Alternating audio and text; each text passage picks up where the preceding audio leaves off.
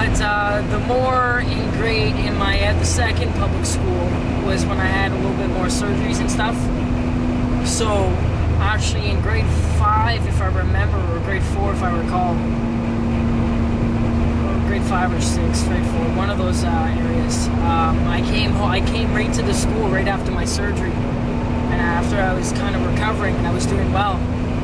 And I came right to the school and showed everyone all my scars and all my staples and stuff. And a lot of people were grossed out, but a lot of people were, cool, like thinking that was cool. But just to see, like, at that age, me going off showing my stomach and my scars and stuff, a lot of people are really ashamed of their scars and their body because of all the surgeries they've had. I don't. I think it's my life. It explains my whole life. Since I was younger, I love showing it off. I guess that's a part of me. And so then your memories are mostly that everybody was giving you a lot of attention and good attention. Well, no, not really attention. Like, oh, there's Kris. It's like, hey, what's up? It was just more, being a kid. Hey, how's it going? You're my friend, But did they look at you? They didn't look at me different. No, they didn't look at me that I needed liver. Because you had to miss a lot of school, didn't you? I missed so much school. Like people.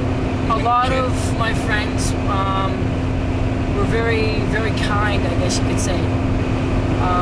One surgery I had a couple of my best friends come up to the hospital in London and, hang out with me, and they gave me gifts and stuff.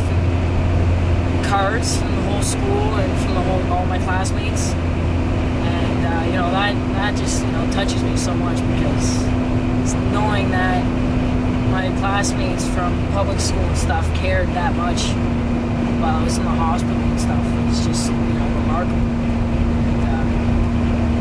And, I don't know. I just in that way, yeah. And other ways where a lot of people, tons of people made fun of me. Not really made fun of me as in to cut me down, but, make fun of me as in, hey, liver boy, or, watch if I punch you in the stomach, your liver might come out of your ass, or something like that.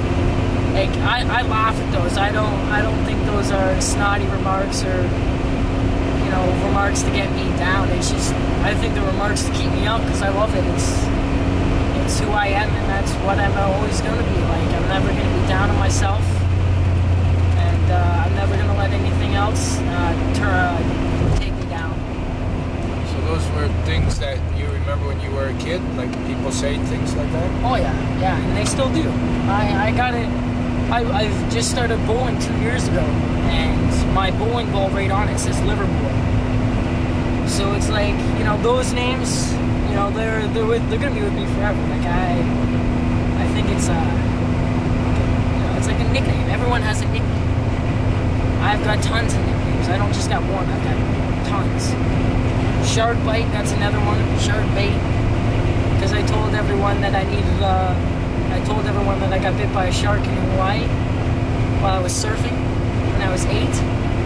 And the shark took half my liver, so that's why I need a new liver, blah, blah, blah. And then I lift up my stomach and show, like, people that don't even know me, I show them, and they're like, oh, you're like, holy shit, you're telling the truth, like, oh my god, like, holy crap. I just love it. I laugh so much, it's hilarious. I've shocked so many people. And then I tell them after the real story, but I like the reaction at the beginning when they actually say, yeah, I got bit by a shark, and yeah, look, I'll show you. I got proof. Because, first they don't believe, and then when I show them my stomach, they're like, holy Hannah, like, you're telling the truth.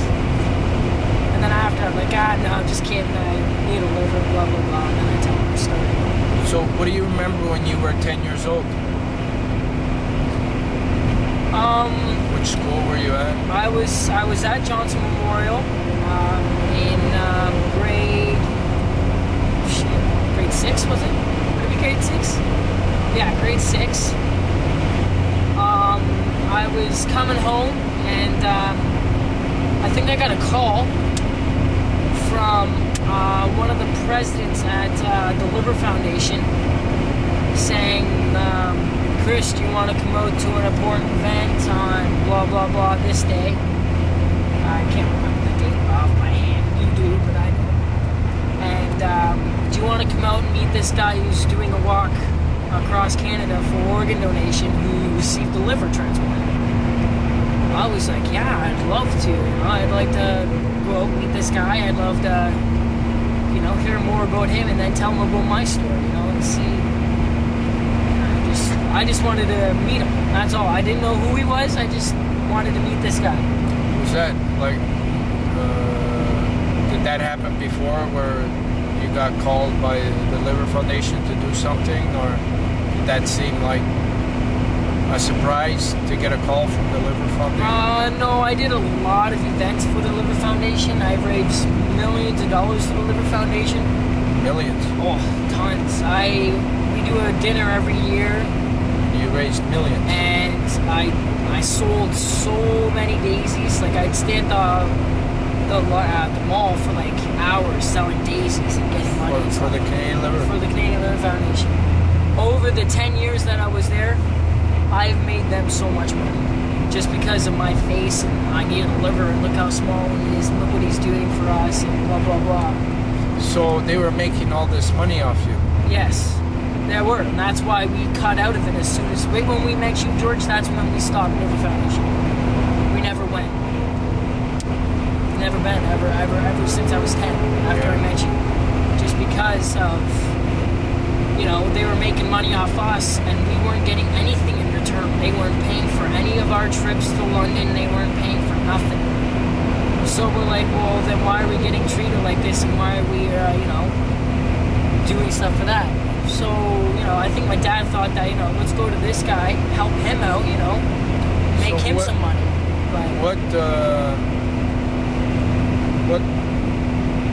made, like, when these guys from the Liver Foundation, yes, who did you meet there? Who did I meet? Yeah, like, you've met a lot of people so far. Like, you meet a lot of, like, people introducing themselves on this and that or the other, you know.